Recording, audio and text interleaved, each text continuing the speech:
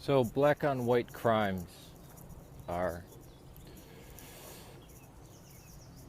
happen over 200 times more than white on black crimes. Black on Asian crimes are higher than Asian on black, and this goes for Latino, black on Latino, black on Arab, black on South Asian. Why is this? In Baltimore, a girl said, and I heard this from another man and woman, all three black Americans, saying it's because of the police. The police harassed them. That's why they're rioting. Yet Ireland was under Anglo-Saxon occupation for 800 years. But let's look at the worst years. The 1960s until the year 2000. The Celtic Irish Catholics of the northern 6 counties were systematically targeted by police, the RUC, B Specials, the British Army, or I should say the English Army. There were death squads going around that the police endorsed, like the UDA, that were legal. And then there was UVF, there was the Shankill Butchers, the VFF. And yet, in the Catholic areas, Falls Road, areas like that, crime amongst native Irish Celtic Catholics, nationalists on Irish Catholics, were zero. There was almost no crime. In Free Derry, where the army and the police were kicked out of, there were no crimes, no rapes, no murders. Why is this? After the huge tidal wave that hit Japan, there was no rioting. Is it because the people are black in America? Or is it because of the culture? Is it a mix of both? I don't really have the answer, but there's pretty hardcore facts. And time after time it's been shown that the whites have been attacked surely because they're white. And the Arabs have been attacked surely because they're Arab, or more specifically non-black. The knockout game, things like this. Two black adults boasting that, yeah, they burned down the East Asian owned store, but they left the black store untouched, the black owned store untouched, and that if there were more black owned stores, this wouldn't happen as much. One girl said, well, what are we going to do? It takes a riot to show the problems that are happening in our city. Months before, this was televised on a news station, they had clip after clip of people talking about how they need more police, both in Baltimore and Ferguson. People from that community before the Michael Brown incident happened, or this latest incident in Baltimore, how there needs to be more police presence. And now it's the police that are getting blamed. Now I'm not on the side of the police. I've had bad run-ins with the police, gotten arrested for no reason. And I've been victim of white supremacists since I'm not white, according to them. Being Hispanic, Arab, and Irish in their eyes does not make you white. But it's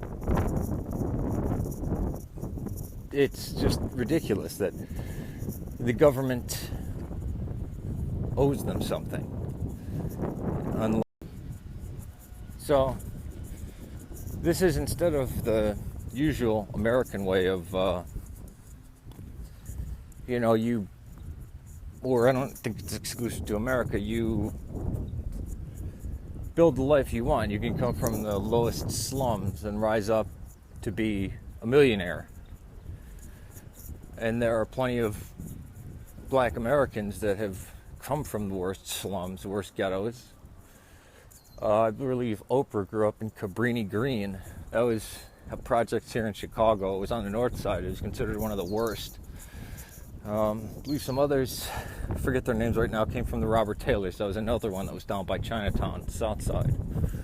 And this was, people think Chicago is really bad now, even though it does have the highest murder rate, then higher than Chicago and Los Angeles, or higher than New York and Los Angeles County combined.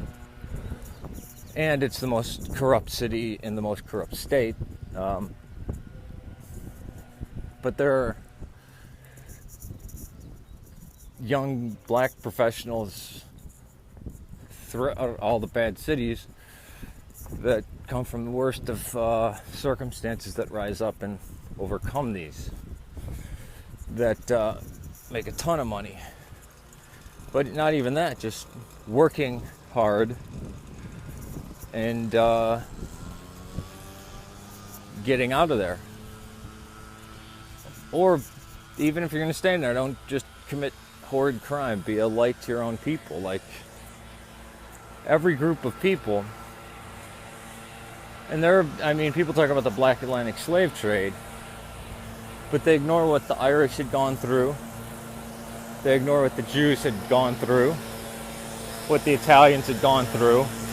But that doesn't get talked about in schools. I mean, why isn't the Latino and Hispanic crime rate as high as it is with the black Americans? Why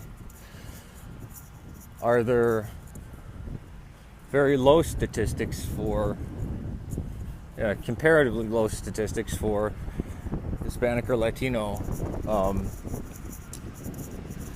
hate crimes? I mean, black on white crimes are not considered hate crimes.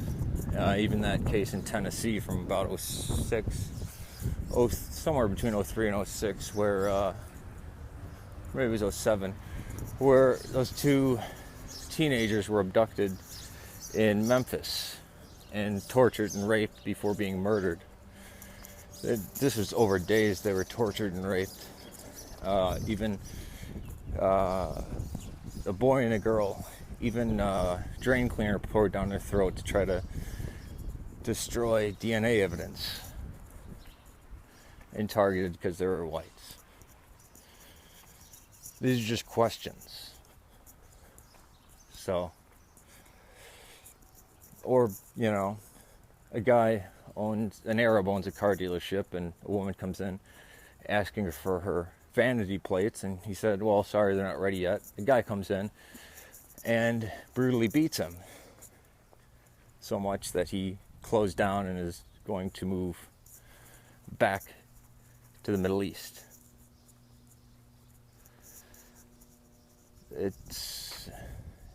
And the apologists we get for this are rich white people.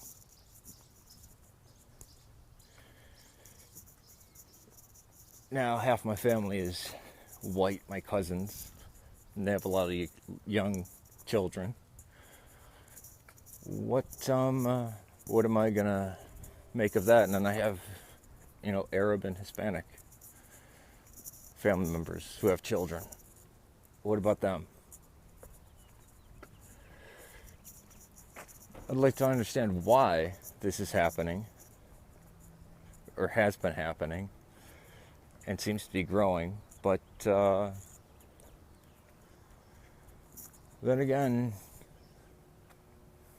at the end of the day, when people start calling each other racist and stuff, it really doesn't matter. I mean, ask any ethnicity that's not black, or any race that's not black. Where do you feel more comfortable walking down a black neighborhood, or white, Asian, Hispanic, or East Asian, Hispanic, Arab? You consistently come up with one answer. unless they think they're, going to be exposed as a racist if they give the politically incorrect answer. Peace to you. And we should stop racism. Because seemingly, overwhelmingly, one group is far more racist. Why didn't the white genocide that happened in Zimbabwe, why didn't that make the news? The ethnic cleansing that happened there.